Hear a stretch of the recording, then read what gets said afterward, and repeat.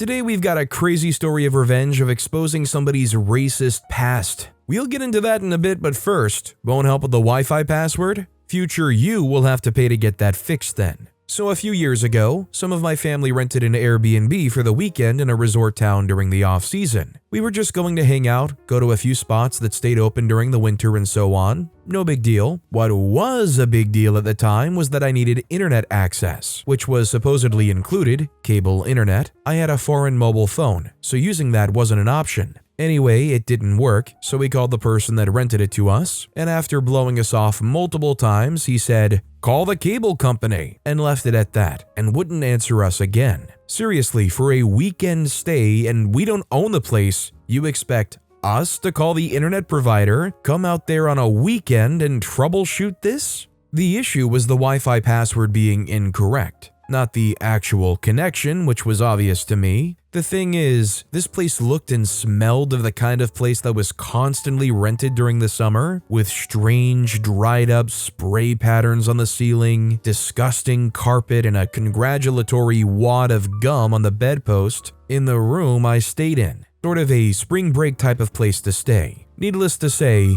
it was gross on many levels. Knowing that I needed the internet and the renter wasn't going to help, I simply reset the router to the default settings and changed everything with the Wi-Fi now called "Call the Cable Company" along with a snarky password. We were insignificant since we were there in the off-season, but I guarantee you that someone, maybe the cable company, had to come out there to fix it, and the owner spent a lot more on that than just telling us the correct password. Petty, but it felt good. The real plot twist here would be if the owner was trying to be cryptic and "call the cable company" was the password all along. In all seriousness though, the only time I ever hear about Airbnb is these kinds of horror stories. Showing up to a place you probably spent way too much money on that is in a not good condition, the Wi-Fi password is unknown. I show up to a place like that, I'm not even sure if the bed sheets have been changed. I'd want to pick up some Clorox wipes or something before I even use the bathroom in a place like that.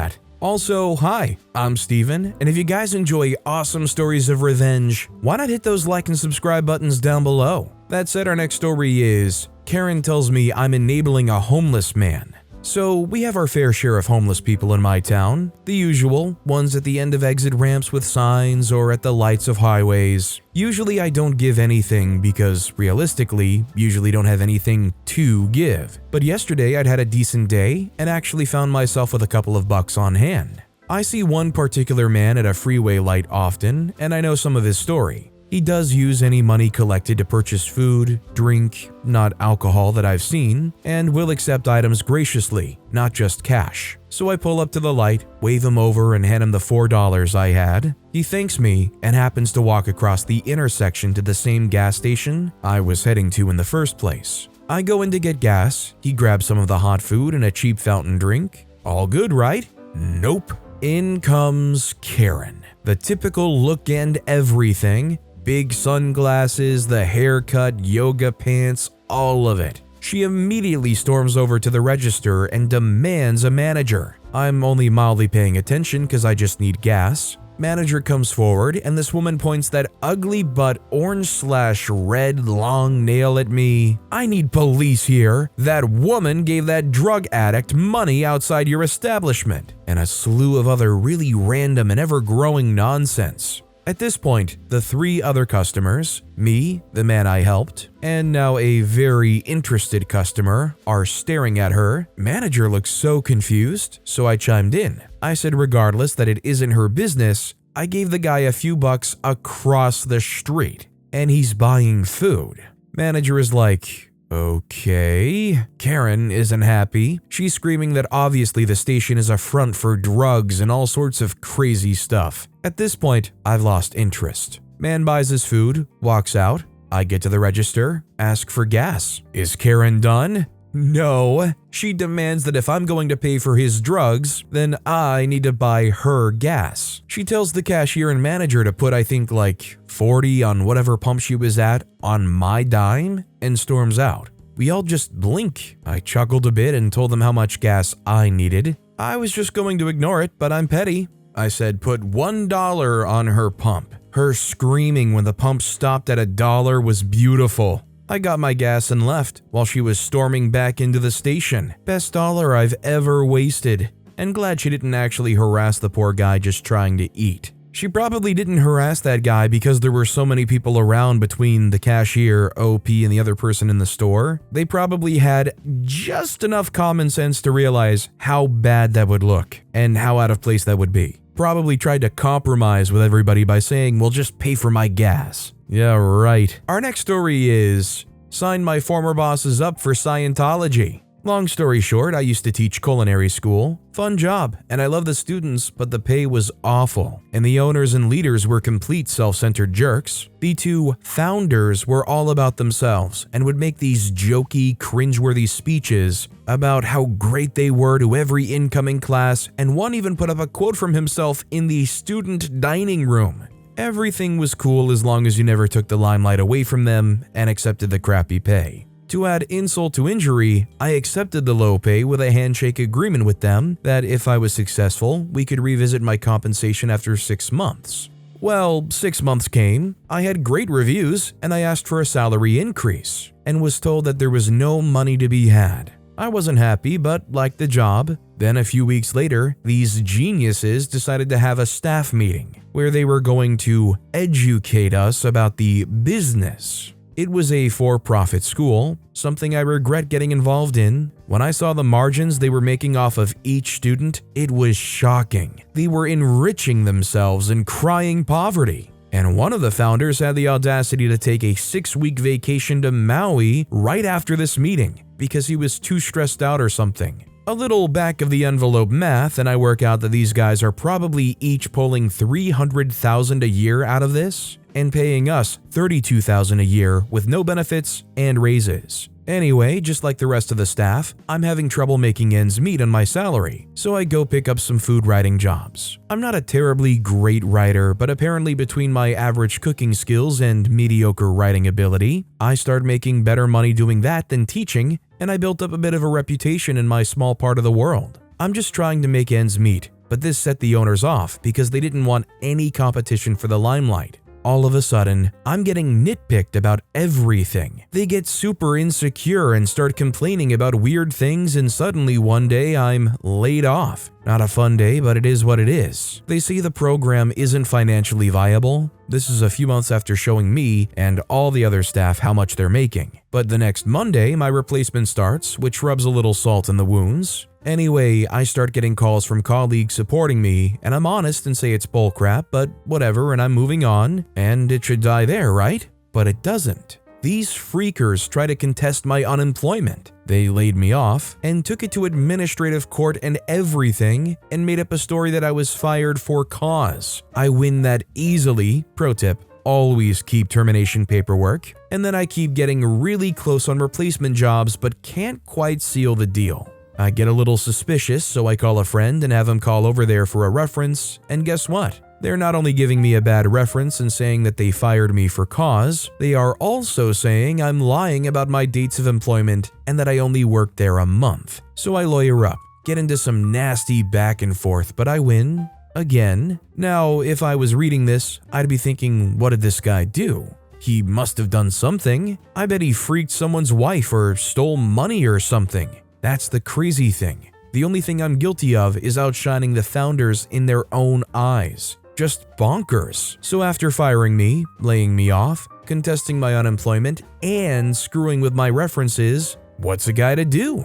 Well, first, I decided to wait several months. I took that time to memorize their personal details. Fast forward a year and I have a great job, way better pay, and I don't work for psychos. I'm on a business trip and I see a Church of Scientology. Boom. Perfect. Somehow I know that if you ever give money to those nuts, they consider you a member of the church and will call and harass you for the rest of your life. So I walk in, pretend I'm curious, sit through the most boring presentation in my life, take some test and listen to them drone on about how Scientology will make me smart and popular and a chain smoker or something. I tell them I'm in. Where do I sign? Now, they want me to take some class, and it's like $300, and I don't like these freakers. but I'm not forking over $300 to be petty, so I give them all of the founder's info, address, cell phone, date of birth, which was way off, but they don't seem to notice or care, email, spouse's name, everything. I grab a book off the shelf, ask how much it is, $25 I think, make an excuse for why I can't take a class, but buy the book, and promise to be back in a week to sign up for a class. And now founder number 1 is a proud and paid member of the Church of Scientology. I've now done this 3 times at different churches of Scientology around the country,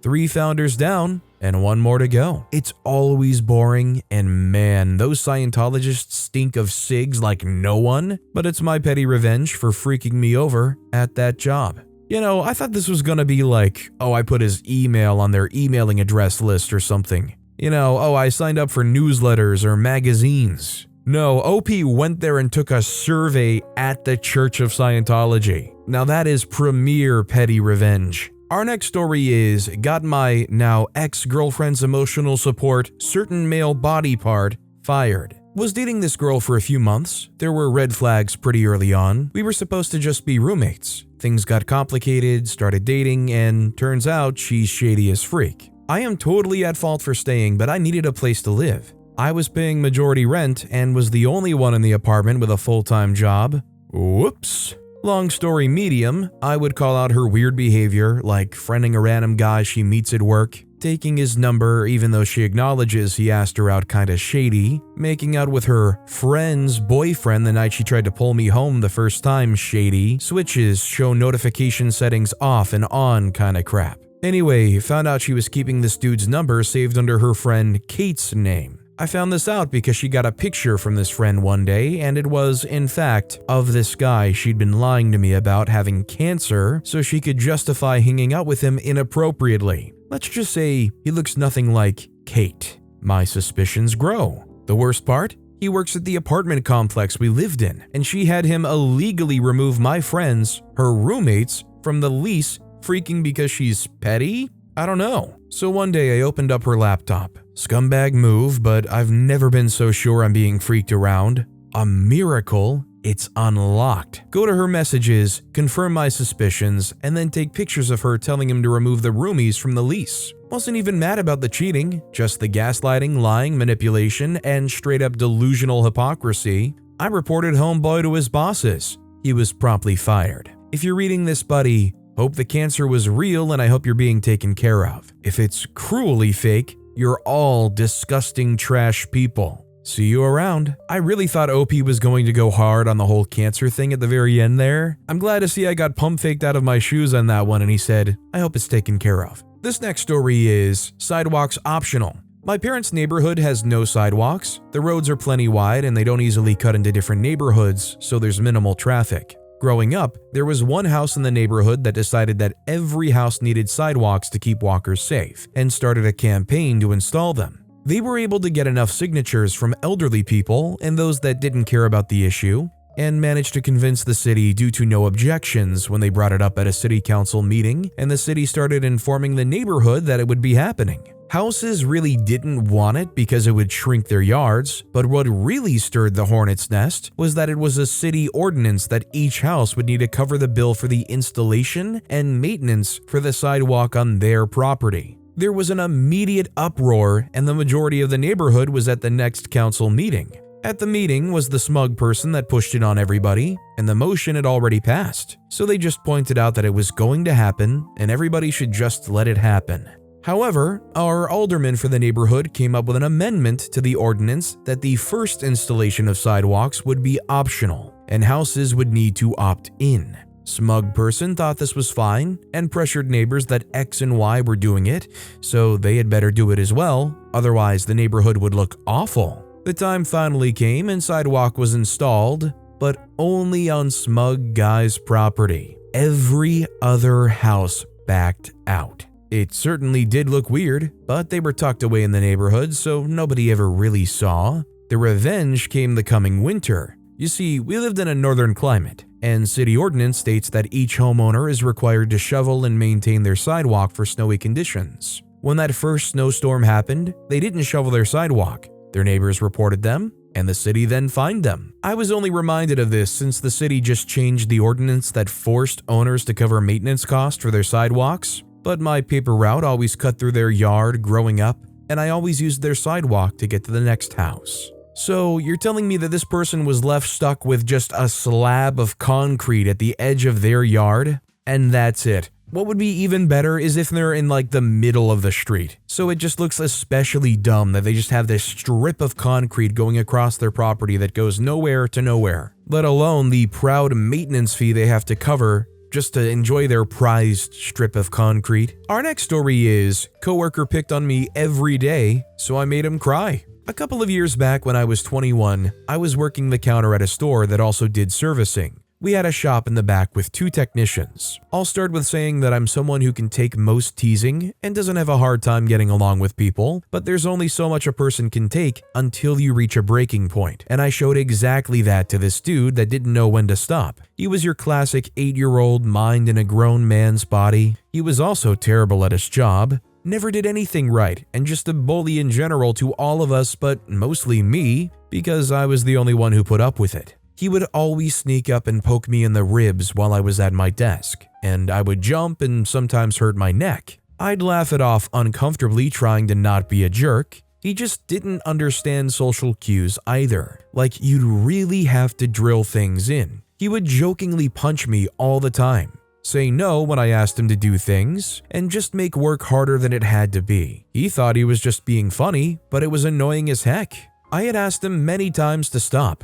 Nothing. I told him to grow up one time and stop touching me all the time when I was in a bad mood. He just laughed and called me a little boy. Well, the breaking point was when he came into the front and grabbed a staple out of the stapler and started poking me with it. It broke skin, and I was ticked, but held my composure and went about it like any other day, but knew this was the limit. That night, I talked to my dad about it. He told me to stick up for myself, among other things. So the next morning, I packed up all my rage and walked up to him at the punch clock. I told him that I like him as a person, but if he continued touching me and bothering me when I repeatedly asked him to stop, we were going to have a problem. He laughed. This dude just laughed. I lost it. I raised my voice at him, which is totally out of character for me, told him that I'm dead freaking serious and that management would be contacted if he didn't stop. I'd had enough of his crap. His eyes filled with tears. It felt so good to finally stand up for myself and see this bully cry. He went and cried to the manager about how bad he felt and how he didn't want to lose his job.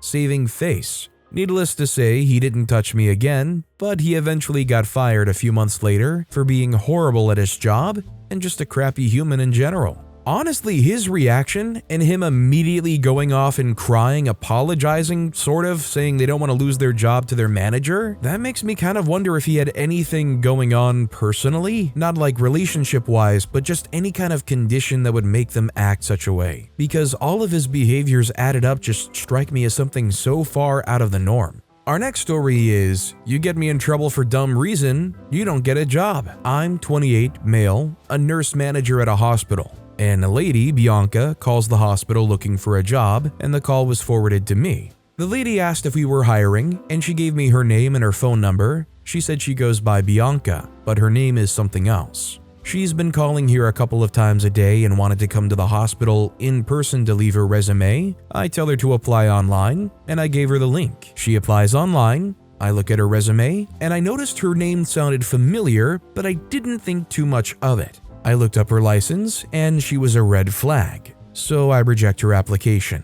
The next day, she comes in person wanting to meet me and leaves her resume at the front desk, even though I told her not to come in person. Then I come to the realization that I've worked with this lady a few years ago at another hospital. I was about 22 at the time, and I was not a nurse at the time, just a tech. She was the only nurse I did not get along with, and we had an argument about getting a temperature on a 2-year-old kid with a complaint of fever. She wanted me to get the temperature rectally, and I told her no because I got it orally instead. Kid is capable of comprehending how to put the thermometer under her tongue.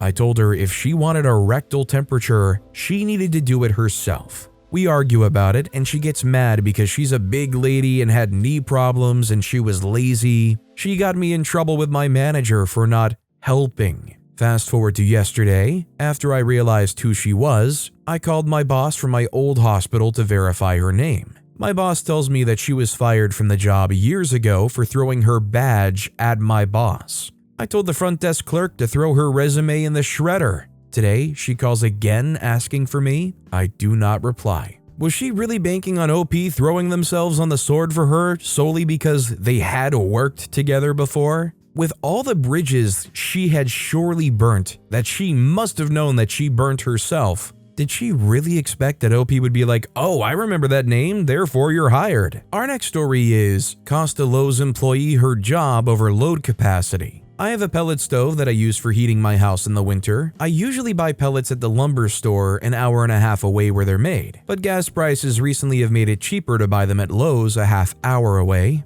I pay more per ton, but pay way less in gas. Yes, I live in the boonies. My boyfriend and I purchase a single ton because that's really all we need to finish out the winter. We ask that the pallet be loaded onto my 3/4 ton pickup with the forklift. The employee refuses, stating that she can't put a 1-ton pallet into a 3/4 ton pickup because it's more than the truck can carry. Okay, crazy. This pickup will and has carried 2 tons around with no issues. But we don't want to argue with her, so we just start loading the bags individually into the back of the truck as she sat the pallet down on the ground right behind us. The employee calls the police, telling them that we are overloading a truck and planning to drive that way. The police show up and ask me what year my truck is. I tell them, and they Google the load capacity on one of their phones. First result up says 3,589 to 4,422 pounds. We are only loading 2,000 pounds. Police turn to her, see her phone in her pocket, and ask her why she didn't look up the load capacity of my truck before calling them. She sputters something about a 3/4 ton versus 1-ton trucks and 1 ton of pellets. The police tell her never to waste their time calling them about something like this again and leave. We finished loading the few remaining bags. I walked back into the store and let the manager know that we just had to deal with the police because his employee wasn't aware that the size stated on the side of the truck is not its load capacity. I asked him why an employee would take it upon herself to refuse to load a ton of pellets and call the police instead of coming and asking him what the right thing to do is. He apologized and said he would make sure all his employees know to speak with a manager instead of calling the police. That was the last time we ever saw her working there. Ran into her behind the counter at a gas station around 1 a.m., looking pretty tired and miserable when I was coming back from a long trip that took me across 3 western states. Doubt she recognized me, but it sure made me smile like a fiend to see her working graveyard instead of day shift. I mean, I've witnessed firsthand a pickup truck that surely shouldn't be toting that much stuff get like 2 pallets of cement bricks loaded into the back of it. Like you could visibly see how much lower the suspension was sitting. Did they care? Nah, enjoy. Do they really have any liability if something goes wrong while driving just because they loaded it into the back because you asked them to? Our next story is, made the office ice cream thieves feel uncomfortable. I work in a corporate building where a majority of the people are over the age of 50. There are no high school kids working here of any sort. Each department gets a budget to have little snacks in their areas, and for the most part, they can get whatever they want. My department helps put different equipment and displays in the stores, and they were retiring an old freezer chest, and one of the head honchos of our department snagged it, tucked it into the printer room, and said we could use some of the snack budget to get little ice creams. It was awesome. But like I said, it was in the printer room. So occasionally, if a different department had their printer down, they would come use ours, which typically isn't a problem, until word spread about our little snack hoard. Soon, our budget was going too fast as different people would sneak in and grab our ice cream. And come this past September, it got taken away because it was too expensive. Well, fast forward to today, and all is quiet in the cubicles until we hear a voice go, "This is the room with the ice cream in it."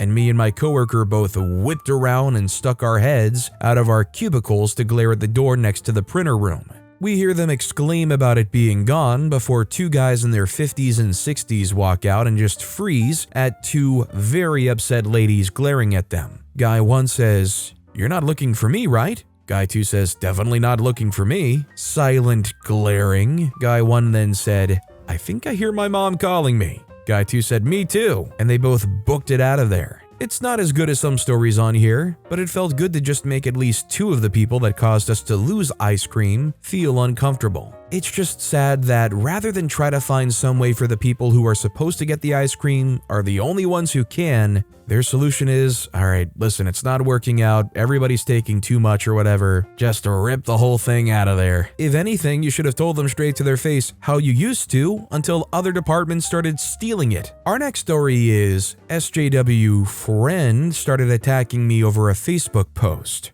Time to plaster my socials about the time they did blackface. So basically, I made a post during COVID times, basically saying it doesn't look good to wish COVID on people just because they disagree with you. I said it will not help them take your argument seriously. If anything, it has the opposite effect when you claim to care about people's health, but then tell them you hope they get COVID and die when they don't agree with you. I was literally just saying to be nicer to people. Someone who I thought was a friend commented comparing them to Hitler and said it should be celebrated when crappy people get sick. I reply and said it's ironic to say you care, but then wish them harm when they disagree. He then went on a whole long rant full of personal attacks about how I have no traction on my posts, how I'm sad and lonely, that I don't think before I write, and I'm off-putting. At this point, I'm like, huh? I thought we were friends, but I guess not. I replied and said I deleted his comment because it was irrelevant and mean-spirited.